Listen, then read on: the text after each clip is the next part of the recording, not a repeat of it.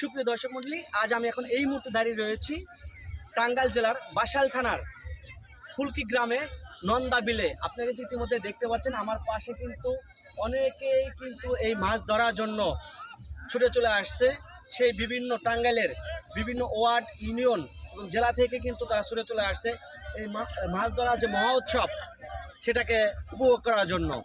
মাছ ধরাটাই হচ্ছে পেশা নয়, বাট সবার সাথে একত্রে মাছ ধরার যে একটা নেশা সেটা প্রমাণ করে এই বিলকে কেন্দ্র করে এই সাধারণ মানুষের অংশগ্রহণে।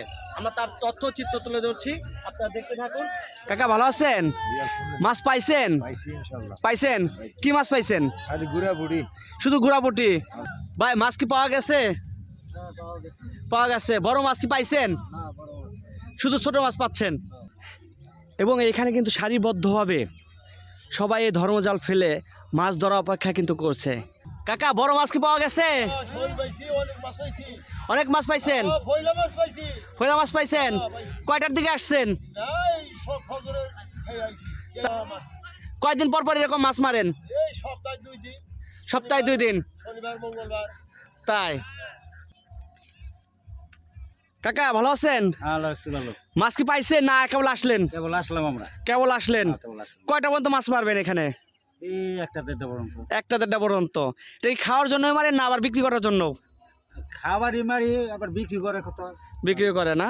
আচ্ছা কাকা গলায় কি বানলেন? গলায় বানলাম কাপড়, আমার লুঙ্গি কাপড় চোপড় যাওয়ার টাইম, মানে যাতে না ভিজে এই কারণে হচ্ছে গলায় বানলেন। আবার যাওয়ার পথে আর কি লুঙ্গি পরে চলে যাবেন। এখন মাছ ধরার জন্য এই পোশাক। আমরা তো জানি ফুটবল, আমি ভাবছিলাম হয়তো বা ফুটবল খেলেন আপনি। খেলা। ও এটাও একটা খেলা, মানে মাছ ধরার খেলা আর কি। সবাই অপেক্ষায় রয়েছে।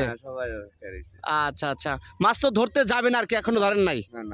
আচ্ছা সুপ্রিয় দর্শক, আমরা ইতিমধ্যে একটু জুম করে দেখানোর চেষ্টা করতেছি। এখানে কিন্তু অনেকেই আসছে, ছোট বড় বৃদ্ধ, এই মাছ প্রেমীরা কিন্তু এই বিলে চলে আসছে এই মাছ ধরার জন্য। সকাল ভোর থেকেই কিন্তু অনেকেই মাছ ধরছে।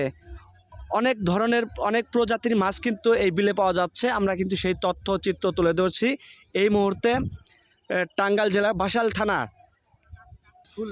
ফুলকি গ্রাম থেকে কিন্তু আজকের এই মাছ ধরা মহোৎসব আমরা সরাসরি তথ্য ও চিত্র তুলে ধরছি।